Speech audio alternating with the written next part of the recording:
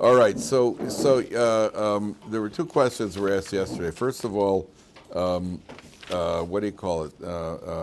Michal asked about why Tzolovchad, who we were dealing with yesterday. So why didn't the Torah mention his name? Right? That's why the Torah didn't mention his name. So I asked the Big Talmid Chacham, and his first reaction was, well, because you see that he isn't 100%. There was that element of good intention, right? There was, as opposed to Korach, who had no good intentions, and what do you call it? The Meraglim, who had no good intentions. He had good intentions, number one. But then I was thinking about it afterwards, and I'm not sure the question's a valid question, because we find other people in the Torah who did things wrong, and their names aren't mentioned either. So I'm not sure if the question is 100, because you do find the guy who cursed in last week, the Mekalel. It also doesn't say that. It says his mother's name, but it says his mother's name for a reason. But it doesn't say everybody's name. So I'm not sure that the question is necessarily as strong, but at a minimum, hold all the questions and comments in the meantime.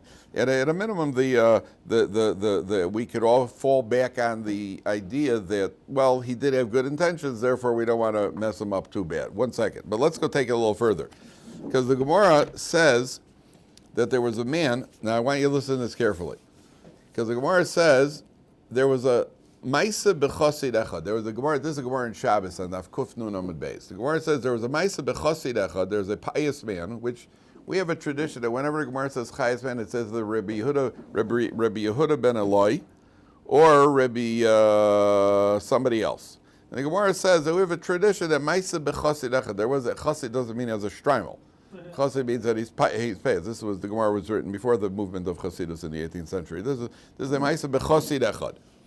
He had a breach in his field on Shabbos, and he wanted to fix up the breach, and he remembered that it was Shabbos. Now he had thought to fix it up, so that means I was already moving in that direction. He said, "Oh, I don't want to do that. I don't want to fix it up." V'nimna osa chasid v'lo gadra. So he didn't fix it up at all. Now there's an implication he didn't even fix it up after Shabbos, because he felt that since I was thinking about doing it on Shabbos, I'm going to penalize myself. V'nasalo nes, a miracle took place. Ve'olsa b'tzlaf. A tzlaf is a type they called, it's translated as a caper bush. I'm not sure what a caper is. The Gemara talks about this bush quite a bit. And this caper bush grew right in the breach in his fence. He was worried that the field would get flooded. Umimena haisa parnasaso parnasas anse beso, and he got parnasa from that caper bush provided. Caper bush has different types of fruits that it produces. There are 3 or 4 different types of fruits that it produces, and that provided him with his parnasa for his family. So the first thing you see is that the fact that you desecrate Shabbos doesn't necessarily help you in your. Most people desecrate Shabbos for the sake of their parnasa. People work on Shabbos in order because of their parnasa. This guy didn't work on Shabbos, and because of that, he had a bracha. He had his parnasa, as many people have found. El Al stopped flying on Shabbos, and the next thing you know, their quarterly profits went up. Right? There are people that's happened. Right? People have closed their shops on Saturdays, and always worried that, well, Saturday is my big day. How am I going to make it? Or they close on Saturday, and the next thing you know, people are flooding them on Sunday, Monday, Tuesday. This has been found by many different people. What are you smiling about? No, because my uncle, when he became religious, he had a shoe store. Right. He was closed on Shabbos, but he said it's my best day. The rabbi told him, no, you have to close. He went bankrupt. He went bankrupt. Yeah, it doesn't always have it doesn't always have a happy ending. There are plenty of people. Yeah, but he had you for a nephew, so maybe that was the bracha, right? Yeah, so you don't know. Yeah, we don't know how it plays out, and it doesn't mean that you're going to see the benefits immediately. Doesn't mean then again, it could be he had you for a nephew and said bring on the bankruptcy. So we don't know which one. We don't know which one was. So yeah, it's not like that's why you got to be careful. Sometimes people say I became religious. People sell religion to other people. Say if you become frum, everything will be great. That's not necessarily true. I'm frum, and we still are. What do you call the washing machine breaks periodically? So it's not like you're from everything's going to be good. It doesn't. And sometimes people even go through a very difficult test where they become from, and then they all of a sudden they're struggling in parnasa. We don't know how it works, but there are plenty of other people who have, listen, there are plenty of people who gave up their Shabbos. They were unemployed, especially during the Depression. In America, Jews came to America. They got fired every Saturday. And it was difficult for a few years. But when you look at these people down the line, somehow down the line there is the bracha. People down the line, you see payback. In life, you do see payback. Not all the time, but if you look down the line, you see payback. My grandfather, Zichron Livracha, was unemployed during and his contemporaries, most of them did give in. My own grandfather, he would not work, he would not compromise Shabbos. It was a struggle. They were eating a soup kitchen at one point. They had to go to a soup kitchen, They weren't doing well. They had no money, and he wouldn't work for Shabbos. He would not compromise Shabbos, but all of his grandchildren ended up Shomer Shabbos, every single one of them, not one of his contemporaries. So, there is payback in life. Hashem pays back. Here, the guy had parnasa. Well, 1 second. That's not why I'm bringing it up. Why I'm bringing it up. By the way, speaking of Shabbos, so there's a booklet called How to Run a Shabbos Table. Now, there have been complaints, because I have said that this will improve your Shabbos table. So somebody complained, we bought the booklet, but our table is still wobbly, right? But that wasn't what I meant by improving your Shabbos table, right? And then there's the problem, the guy who said, well, I bought your booklet, my car broke down, and it's still broken down. So it's not going to do everything for you. But for those of you who are interested in how to run a Shabbos table, these are available for purchase at Dovid B. Kaplan, B as in everybody, baseball, basketball, badminton, B as in Dovid B. Kaplan, and that you could order it online from me, and I will be glad to, you could PayPal my account, and I'll tell you how much later so that somebody's still interested. And then, So that, as far as the Shabbos table. Now, the Ben Ish Chai says, what was the name of this bush? This bush was called a tzlaf.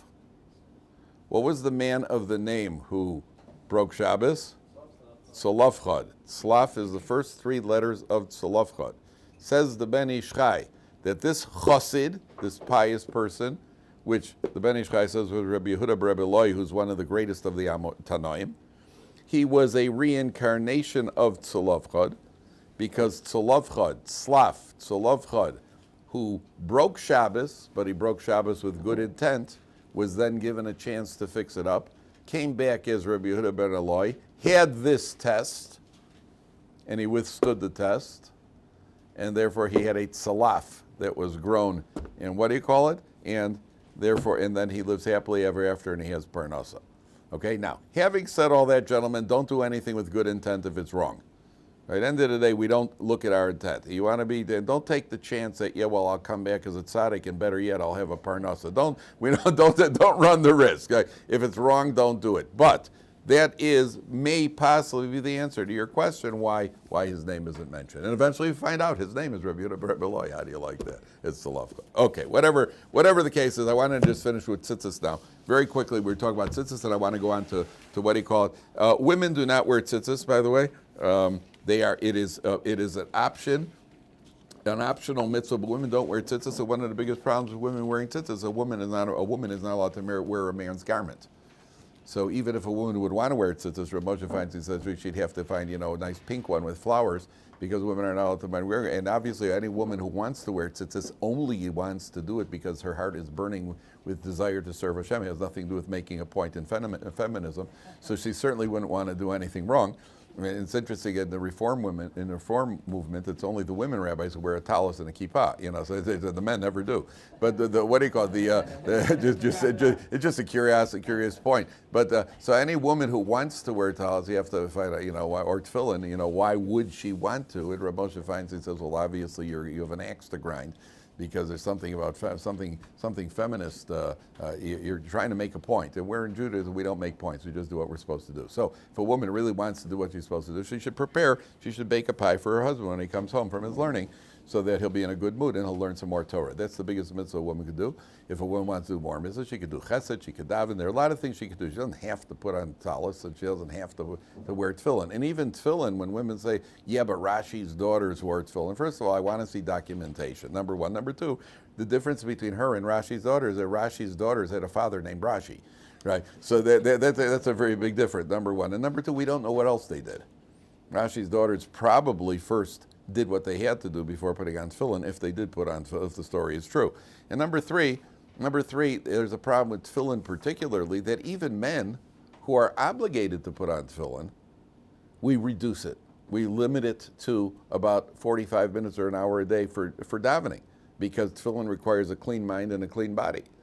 And therefore, even men who should be theoretically wearing tefillin all day, and it's only only the righteous, only people who are already confirmed as righteous, as big Talmidei Chachamim wear tefillin. Most of us put on tefillin for davening, because we hope we can get through davening, maintaining. And so we're certainly not taking volunteers, because even those who are obligated are minimal. So certainly a woman who certainly by all accounts is only volunteer, even if she could do it. So we're certainly not an area where we take volunteers. I had a guy volunteering in the hospital.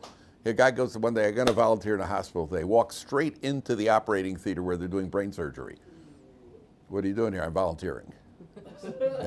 What to do? What to do? Some surgery. By the way, not even all doctors could do surgery. Only surgeons, and even the surgeons, we're not taking volunteers for surgery. That's what tefillin is like. We don't take volunteers in this area. You see that in life in general.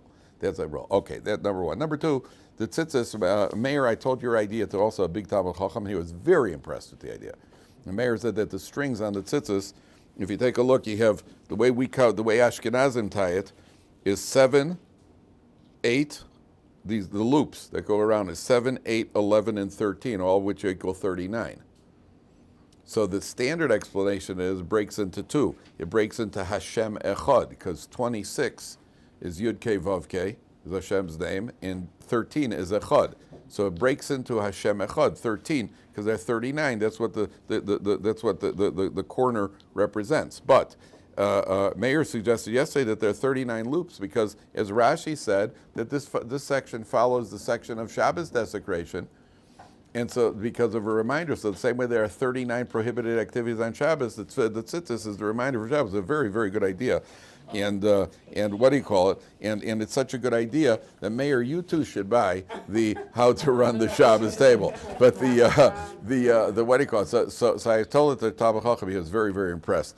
And so the tefillin also, the tzitzis also has, if you notice, there are 8 strings and there are 5 loops. There are 5 knots. On each corner there are 5 double knots, and there are 8 strings, which equals 13. Plus the word tzitzis itself. The word tzitzis itself equals 600. So you take 600 and the 13, the knots, and the what do you call it? So you get 613, which is Taryag, and the tzitzis is there. Torah says that you remember all the mitzvahs. Laman tizkuru, you remember all the mitzvahs, because you have 613 in the tzitzis and the tzitzis itself. Now, part of the idea here is, according to some of the commentaries, you'll notice that the first part of the tzitzis is tight, it's wound tight, and the second part of the tzitzis is kind of, it runs loose. So part of the idea is that in the early stages of a person's life, you have to follow the straight and narrow with the community. You have to first get training following the standard path. I'm careful which word I say, standard. Then you can go out after you've absorbed that. Then there's room for self-expression. But again, the self-expression has to be within what we consider the norm. And the fact that a person, now there is a custom, by the way, I started telling you yesterday, Hasidim wear the garment on the outside. Litvaks, most Litvaks wear only the strings out, whereas the garment is underneath. But most Litvaks wear the Hasidim generally, or sometimes people wear like the tzitzis on their shirt and with a jacket over it, depending on what do you call it. But the Hasidim wear the tzitzis all the way on the outside, especially if you work in a Thursday night chont shop, right? So you have the tzitzis on the outside with it, just tucked, just tucked right inside the vest. But the Litvaks generally wear the strings on. And I think if it's Sephardim, I don't know if it's all Sephardim, they tuck the tzitzis in completely. And in the old days, the tzitzis, because putting them in your pants may be disrespectful to the tzitzis, so on the corner of the tzitzis, they used to make over here, if everybody can see the corner of my tzitzis. Mine doesn't have it because I'm a Litvak, but they used to make a little pouch over here, so that you tuck the tzitzis like this into the pouch, so that you don't tuck them into the pants, because then it's touching your legs or touching other things, so that you don't want the strings touching that. And therefore they would make their tzitzis with pouches. And there are different ways to tie it. Sometimes you have the tzitzis, you have the double loop, You have the double loop on the thing. So there are different ways to tie it. Now, the Sephardim tuck it in completely. The reason we leave it out, because the Torah says, "U're'isemoso," you shall see it. Sometimes the tucking in the tzitzis was a reaction to what's going on in the society because of anti-Semitism. You don't want to show that you're too Jewish. That's why the pious also, for those who do grow pious, sometimes you'll see that the Litvische pious go behind the ears, which all started with people who wanted to hide the pious because of anti-Semitism. Some Litvaks like myself don't have pious at all, whereas there are others that have the pious that tuck behind the ears, and the Hasidim have the pious that come straight down. Now, the other thing is that yesterday somebody had mentioned we were talking about the techeiles, and somebody had mentioned that Rabbi Chaim Kanievsky, I haven't seen it documented, Rabbi Chaim Kanievsky said that if you believe that the techeiles should be worn, what was it? Was that the quote? What was it?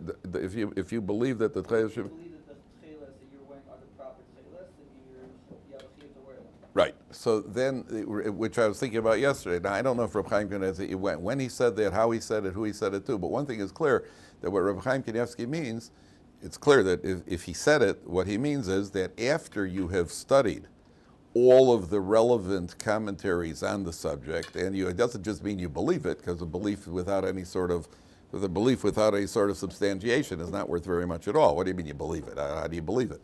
But if you have studied all of the relevant laws of Tzitzis, which means you've learned the Gemara, the Shulchan Aruch, all of the Rishonim, the Torah, the Beis Yosef, the Shulchan Aruch, and after you've studied all that, you have then done all of the research on techeiles, and you are then convinced that that is the right halacha, then you should wear the techeiles. He certainly didn't mean that somebody said, well, yeah, I think it's right, therefore I believe that, and there goes, what's that worth? So it means that somebody who has studied it, which means that you basically spent a few years studying it, and then you've come to the conclusion, and you're a person who can come to halachic conclusions, so then if that's your conclusion, you wear techeiles, if that's what you want to do. But he certainly didn't mean that somebody just randomly decided, okay, I think it's techeiles. Okay, let's go on to Parshas Korach. And the reason I want Korach is probably, of all the Parshas in the Torah that you're going to experience in your life personally, this is it. You will meet Korach. You will meet Korach. We may even have some of Korach in us, right? And a lot of us do. We have a little bit of Korach, and I believe that that's what the Torah is really trying to teach. And so the Torah begins on page 820. This parsha does anyway. Ve'yikach Korach ben Yitzhar ben Kahas ben Levi, v'dasan v'avirim b'nei Eliyav v'on ben Peles b'nei Ruvain. Korach took. Doesn't say what he took or who he took. It just says he took. It says Korach took, and Dasan and Aviram, the sons of Eliyav. So whenever there's trouble, Dasan and Aviram are lurking. Right? I don't know if you remember, there was a basketball player named Marvin Barnes who had the nickname Bad News Barnes, right? Because whenever there was trouble, Marvin Barnes was around, right? There's all sorts of problems. Yeah, certain people have a track record. If there's trouble, you expect to see him there, right? Whenever there's trouble, there's certain people, if there's a crowd of people and a fist is thrown and there's trouble, certain people you expect to see there. Other people you'd be surprised with. Nobody sees if there's like jostling and yelling and people are getting a little out of control, so then you turn around and say, hey, what's Rav Samet doing here? Rav Samet's not going to be there, right? but your roommate, you not only expect to see him there, you expect to see him as the main person there. There are certain people who have a track record. So Dasan and Aviram have already established a track record. If there's misery, they're there. Right? When there's trouble, they're there. I tell you, one of the most frustrating moments of my life. My older brother was always studying. He was either studying Gemara or studying physics. He was always studying something. And I had student allergies, right? Which means I always wanted to play ball. I wasn't interested in studying. So I'd go up to him, his name was Yosef, I'd say, yo, let's go out and play ball. Dovid, get away, because he was studying. So the first thing I'd start doing is flicking the light in the room. And he would say, get away. And eventually, and I said, so come out, let's play ball. And he'd say, no, I got to study. So eventually I'd come closer, and I'd, start flipping the book, like that.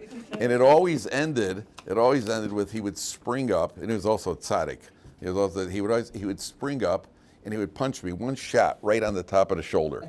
right? Once you hurt like anything, and then he was upset with me that I could actually get him to the point where he had to throw a fist. So I double. Okay, so this one time, I don't remember why I'd only have one. One time I come in and I'm like this, and eventually he smacks me a good one. And I'm like, oh. And my father all of a sudden, he's reading the Wall Street Journal, and I come down and I say, hey, Dad, Yosef punched me. My father didn't even put that in his newspaper. Just said, "Don't bother people. You won't get punched." It's just like that. And I was sober. I said, "Well, maybe it was him. Maybe, how do you know? How do you know it wasn't? Maybe he started."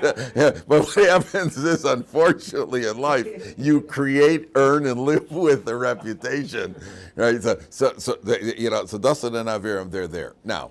You'll notice that it's singular. So one of the commentators says, "Vayikach Korach," but it sounds like, yeah, guys, let's work on this together. The singular is telling me that anytime that people are rebelling and anytime there's a fight, one of these things, each one of those guys is in it for himself. Sounds like we're all in it together. Yeah, we're all the Democratic Party. We're all in it together. Yeah, but each man is for himself. At the end of the day, each man only cares about himself. That's why you have the singular Vayikach Korach. Now, just a little background on Korach. First of all, the word Korach is the same exact word as the Hebrew word Kireach, which means bald. Thanks. It's the exact. I could take it. It's the exact same word as the Hebrew word Kireach, which is bald. Now, the Gemara says there was a man who was married to two women. One was older and one was younger. So the younger woman plucked out all of his gray hairs, and the older woman plucked out all of his black hairs, and he ended up Kireach mikanu mikan. That means between the two of them, he ended up bald. Korach was a fabulously wealthy man. The Medrash says there were two wealthy men in history, one Jew and one Goy. The Jew was Korach, the Goy was Haman. Haman was fabulously wealthy. How did Korach get wealthy? Because Yosef had buried the treasure, all the money in Mitzrayim. Korach, there were three treasure sources. Korach discovered one of those treasure sources. Doesn't that mean Yosef is rich now? That's a good question. That's a very good question. That's like asking, Mr. Bigger had a son. Who was bigger? His son was, because he was a little bigger, right? But the what do you call it? Was Yosef? Yosef was rich. Yosef didn't own it. It was Paro's money. It was all Paro's money. The richest Jew was Korach. Korach found one of those treasures. What happened to the other two? What happened to the other two? It says somebody. No. Because the treasure, Yosef divided them into three categories. There was the good people. There was the money for the idol worshippers, and there was a third category. And Korach found the idol worshiping money, and that's why his money ended up getting swallowed up and destroyed, because there was no good money. But the other two also ended up in various places. The point is, Korach was so wealthy, the Gemara describes his wealth as having 300 donkeys carrying the keys to his treasure houses. The number 300 is often used as a number of exaggeration in the Gemara. But it's permissible exaggeration. There's two types of exaggeration. There's forbidden exaggeration, permissible exaggeration. If it's figure of speech exaggeration, that's right. I told you a million times, don't do that. That's permissible. We all know I didn't mean a million. When you fudge a story or you embellish a story, that's forbidden because that's a falsehood. Korach had, the Gemara says, 300 donkeys carrying the keys to his treasure houses.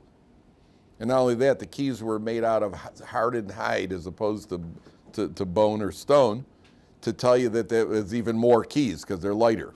So he had 300 donkeys. It's a way of telling you fabulous wealth. He was a wealthy man. He had tremendous honor. He was one of the Levim who carried the Aron Kodesh. Not all Levim carried the Aron Kodesh. He was fabulously wealthy. He had tremendous honor. And he was ticked off by one thing. Because earlier in the Torah, when they appointed the head of the tribe of Levi, somebody named Elitzaphan ben Uziel, and they skipped over Korach for that appointment, so Korach got upset, and he starts a rebellion. Now, if you remember, Levi had 4 sons. Amram, Yitzhar, Chevron, and Uziel. Okay, there are 4 sons. I don't know which way to hold my hand. Amram, Yitzhar, Chevron, and Uziel. Amram had two sons, Moshe and Aaron, and they both got prominent positions. So take them out. The next oldest cousin is the son of Yitzhar, which is Korach. Korach is a cousin of Moshe Rabbeinu. Chevron and Uziel has a son named Elitzaphan, so he's a younger cousin. When they had to appoint somebody to be the head of the tribe of Levi, they appointed at God's word, God gave Moshe a command, take Elitzaphan ben Uziel. So Korach figures, hey, why did I get skipped? I should have been the next guy. That's what triggers off the whole thing. That means if he would have gotten that one appointment, everything would have been fine. And because of his honor was slighted, and a man has wealth, he's already got honor, and his honor is slighted, he wants to be, now I want to be the Kohen Gadol. And so Korach, who has everything, ends up with nothing.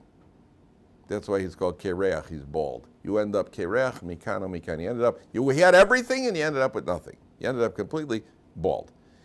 Korach goes to Dasan and Aviram and this man named On ben Peles. You want to hear something? I'll tell you something. Boy, oh boy, this is unbelievable. This is unbelievable. By the way, you know why Korach started the rebellion now? Why does he start fetching now? He's good. My brother and I, not the other brother, not that brother. That brother, I don't want to get punched. But the younger brother, we used to have contests who could be more annoying. All right? Who won?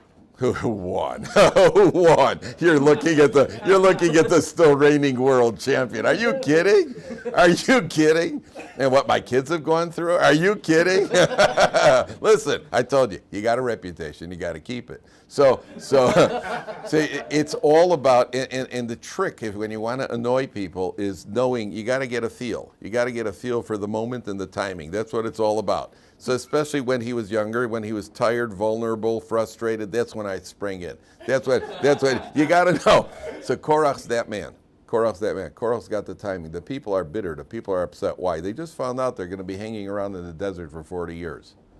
So the commentaries ask, why didn't Korach start earlier, right when Moshe Rabbeinu divided up the tribes? Everything that's been going on. The answer is that earlier, everybody's happy. You don't start up with people when they're happy. You're not going to get people, rile up people when the stock market is down, that's when you start a rebellion. When people are making money, they're not interested in rebelling. They're making money. When people are miserable, that's the time to push a button. That's why Korach sees there's a button to be pushed here. So Korach senses, the people are anyway ripe for a kvetch, a good Jewish kvetch, right? So now he's ready to push the button. What happened? There's a third guy here named On ben Peles. They're the sons of Reuven. They're from the tribe of Reuven. Now it's very interesting. Reuven also has a gripe. The tribe of Reuven has a gripe. What's their gripe? Hey, we were supposed to be the firstborns. We were supposed to get I'm the firstborn. I was supposed to get everything that was taken away from me and given to Yosef. So they also feel skipped over. So they've also got a gripe. They've got an axe to grind. On ben Peles, where is he? He doesn't appear in the rest of the story. So the Medrash says, On ben Peles' wife saved him. How did Korach get involved there? He was egged on by his wife. On ben Peles was egged on by his wife. Korach comes home and he says, hey, remember we spoke about the Levium, and the Levium, they shaved them bald? Right? They shaved all the Levium bald. So Korach comes home and he looks like an egg. Right? She egged him on, but he looked like the egg. And he comes home, and his wife, well, what's going on? He said, well, Moshe Rabbeinu, it's his idea, all the Levium had to get shaved. So they shaved the heads of all the Levium. They shaved the heads of all the Levium, made a mockery out of us, and his own brother, he dressed him up like a kala, the Kohen Gadol with all the beautiful regalia. He dressed him up like a bride getting married, and the rest of us, he shaved us bald and made a mockery. So his wife said, yeah, but he did it to himself too. Moshe Rabbeinu was a Levi. Moshe Rabbeinu was a Levi. She said he did it to himself too. Korach said, yeah, that's because, like Shimshon said, let me die with the Philistines. Sometimes when you want to pull a practical joke on somebody, you got to get yourself involved also, right? That way you can make him, because you do it to yourself. So he said, yeah, Moshe did it to himself so he could laugh at the rest of us. So his wife pushed him out. She said, you can't take this from him. You ought to overthrow him. So Korach's wife pushed him against Moshe Rabbeinu. On ben Peles, hold for a second. On ben Peles comes, look, we turn off the air. It's freezing in here. What's with you guys? When On ben Peles, thanks. On ben Peles, don't worry, it's going to go back on before we finish. On ben Peles comes home, And like a good wife, his wife sees he's got that glint in his eye. Now women know. Women see husband comes home, wife says, how's work today? Yeah, good. Well, what's going on? Oh, nothing. Wow, what's her supper? And after a few minutes, she said again, what's going on?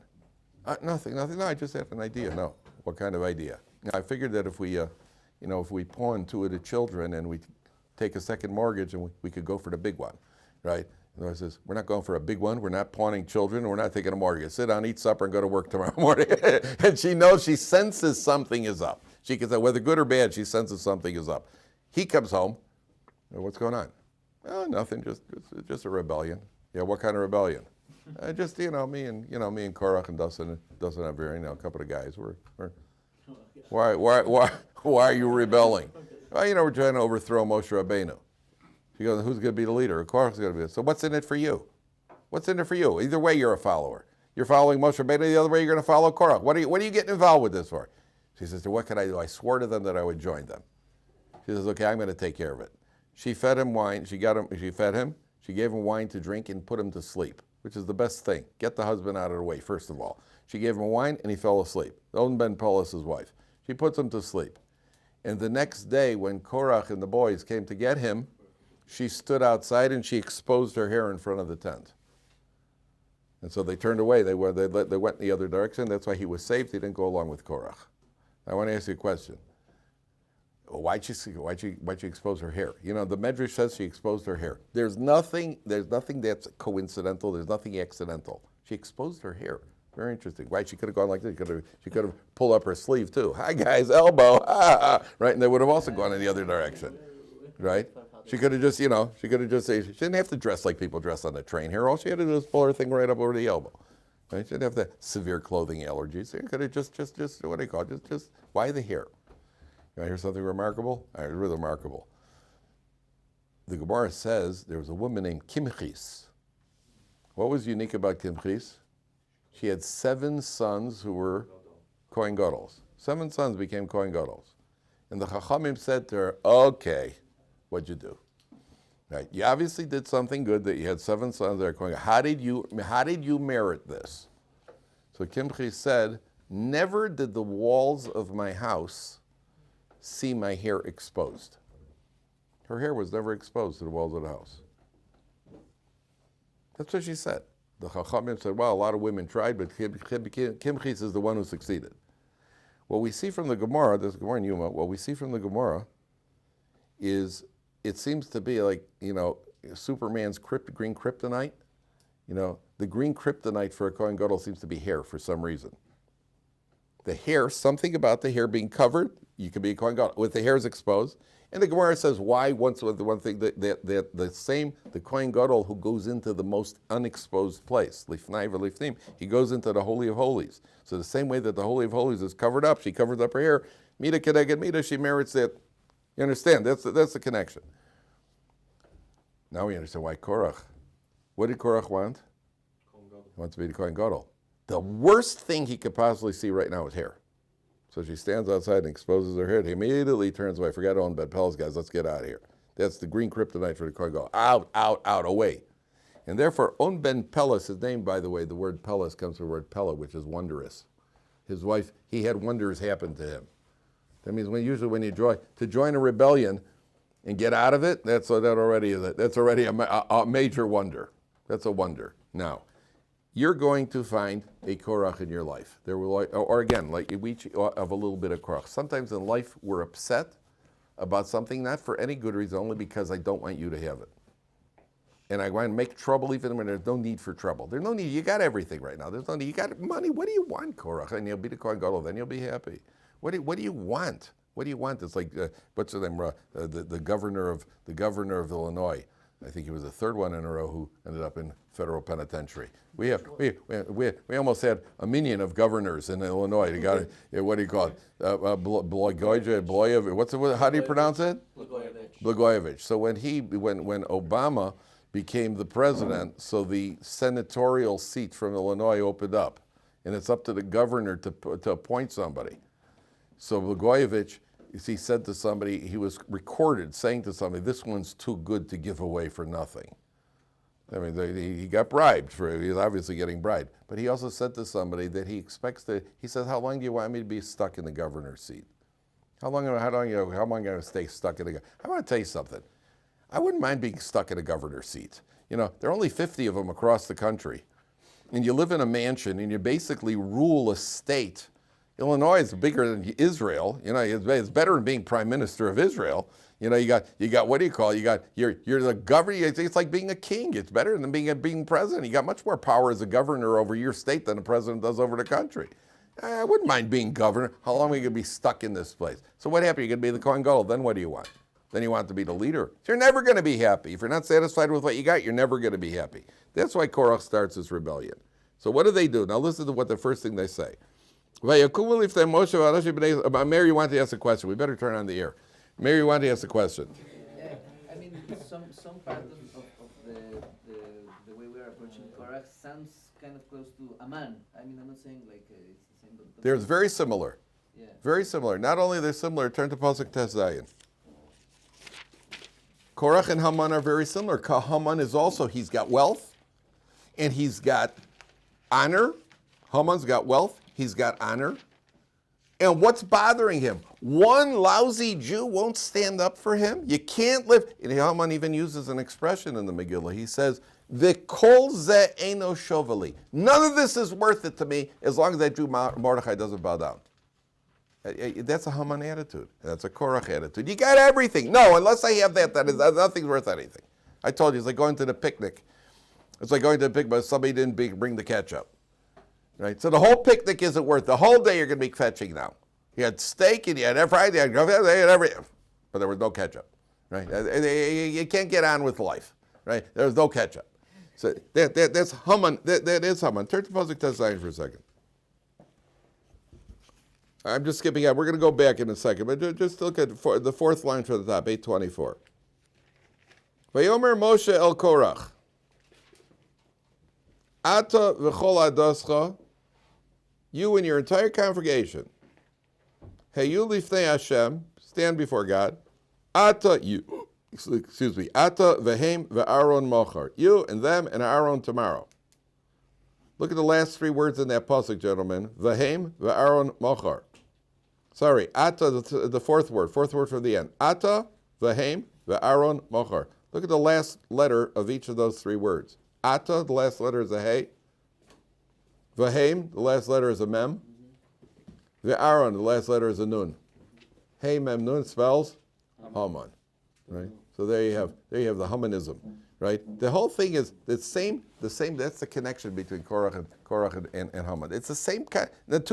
Coincidentally, the two wealthiest men in history, before Jeff Bezos came along, the two wealthiest men in history, and he also ain't so happy, right? The two wealthiest men in history have honor, they have power. Haman's the second most powerful man in the world. One lousy Jew won't bow down to you, and therefore nothing's worth anything. That's exactly what Korach is suffering from. They're both suffering from the same syndrome. Okay, now go back. We'll go back to the ranch. Look what Korach says to it. This is profound.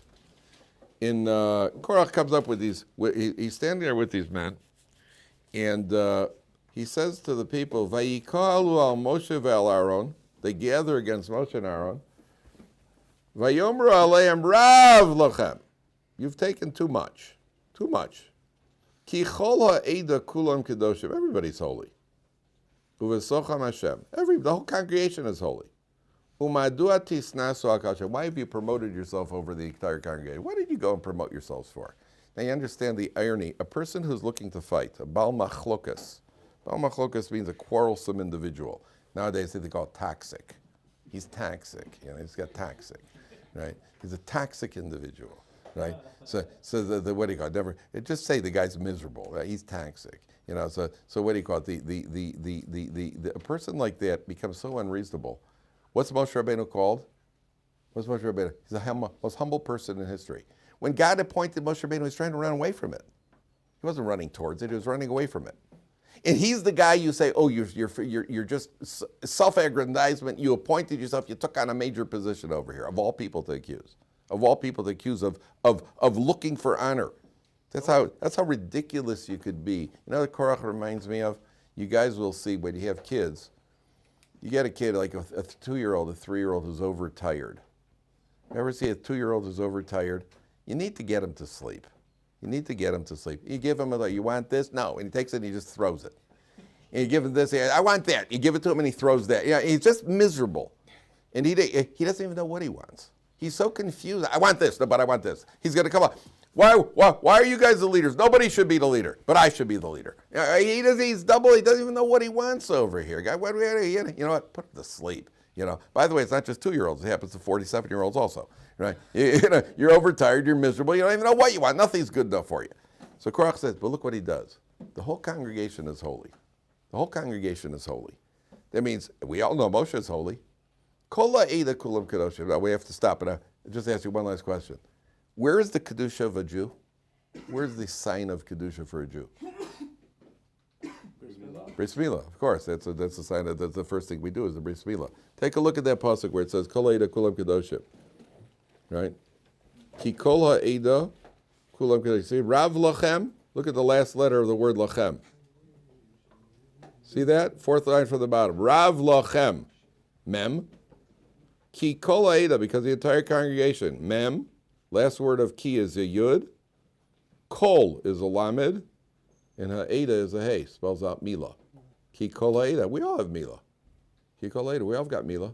Why are you so holy? What made you high and holy? We're all holy. And why have you taken these positions? So that's the first thing he says. And then Vayishma Moshe v'yipol upon Moshe hears and he falls on his face. I'll just leave you with a little teaser. Gemara says, what did Moshe hear? He heard that the Jewish people accused Moshe of adultery. Now, Moshe was involved with a married woman, and they all went and warned their wives, stay away from Moshe Rabbeinu, like a sota that you say, don't be isolated with Moshe Rabbeinu. And you stop and think how preposterous that is with the Moshe Rabbeinu. So I have to see tomorrow why they did that. Okay?